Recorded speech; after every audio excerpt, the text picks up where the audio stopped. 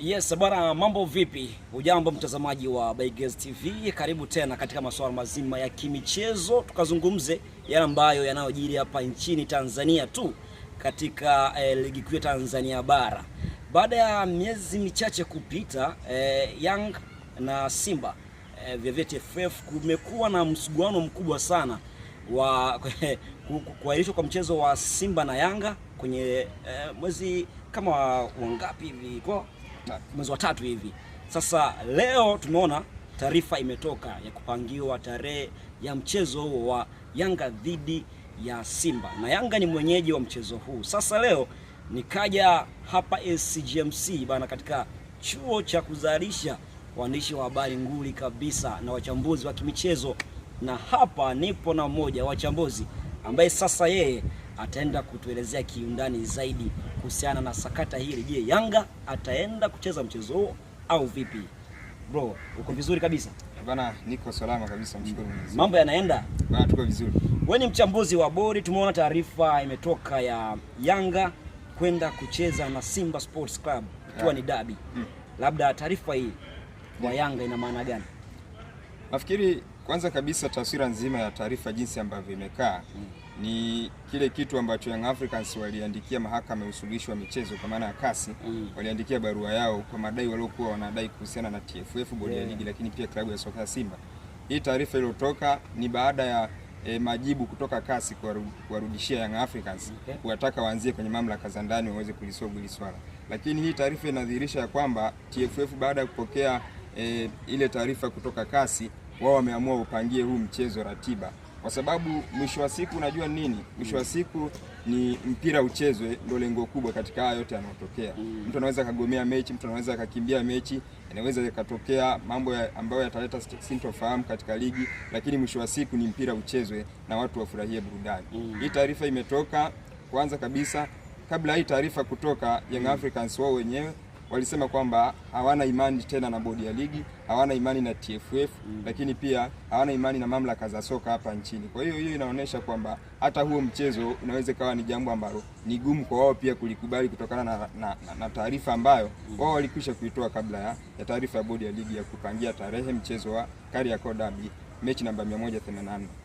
Pengine kwa Simba wao inaonekana kabisa kwamba walifurahia sana mchezo kuahirishwa, na ndio maana wao hawana zile papara za kusema kwamba mchezo uchezwe au sichezwe. Labda ukiangalia, je, Simba alikuwa yupo sahihi kwenda kufanya mazoezi katika muda ule? Na wanasema kwamba hata kiongozi wa uwanja wa Benjamin alisema kwamba yeye hakuna taarifa hiyo kwamba Simba wanaenda kufanya mazoezi. Sasa hebu tuzungumze hapo. Ndio, Simba alikuwa yupo sahihi?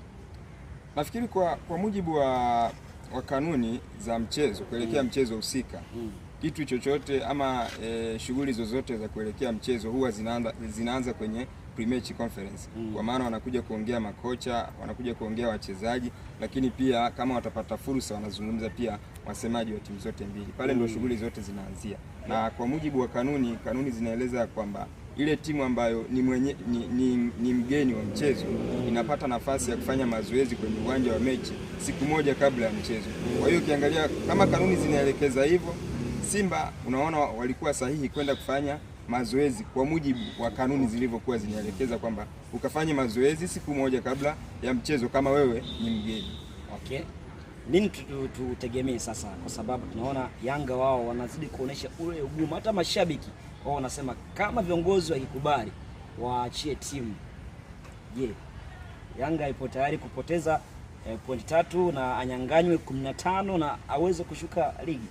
Nafikiri ukiniambia Yanga yuko tayari, mimi mwenyewe ni miongoni mwa watu ambao nina shauku kubwa ya kukiona hichi ambacho wanakizungumza wao. Siwezi nikatoa recommendation kwamba wako tayari ama hawako tayari, kwa sababu mimi naamini Yanga inaongozwa na watu makini, ndio maana iko pale, imechukua ubingwa mara 3 mfululizo, imeshiriki michuano ya kimataifa. Kwa mimi naamini na kundi kubwa la watu na ina watu wachache ambao wamepewa dhamana ya kuangalia. Mimi katika kitu ambacho huwa ninakiangalia, huwa napima madhara pamoja na faida za kulifanya jambo.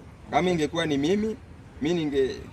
ni mimi, mechi ingechezwa, lakini Young Africans na watu wake na uongozi wake, mwisho wa siku nasubiri nini nikione katika kile ambacho wao wanakisimamia. Na baada ya hapo naona kabisa kama Yanga hawatacheza ule mchezo, kama hawataleta timu kama ambavyo wanadai, sasa tusubiri tuone majibu gani ambayo TFF na bodi ya ligi watayatoa. Je, watawakata Young Africans alama 15 kama ambavyo inatakiwa na alama pointi 3 zitaenda kwa Simba na magoli 3 ama kipi kitafuata baada ya hapo? Kwa hiyo mimi mwenyewe ni miongoni mwa watu ambao nasubiri kuona majibu ama matokeo yake baada ya hichi ambacho kinaendelea hivi sasa. Okay, sawa. Kwa ile hapa tu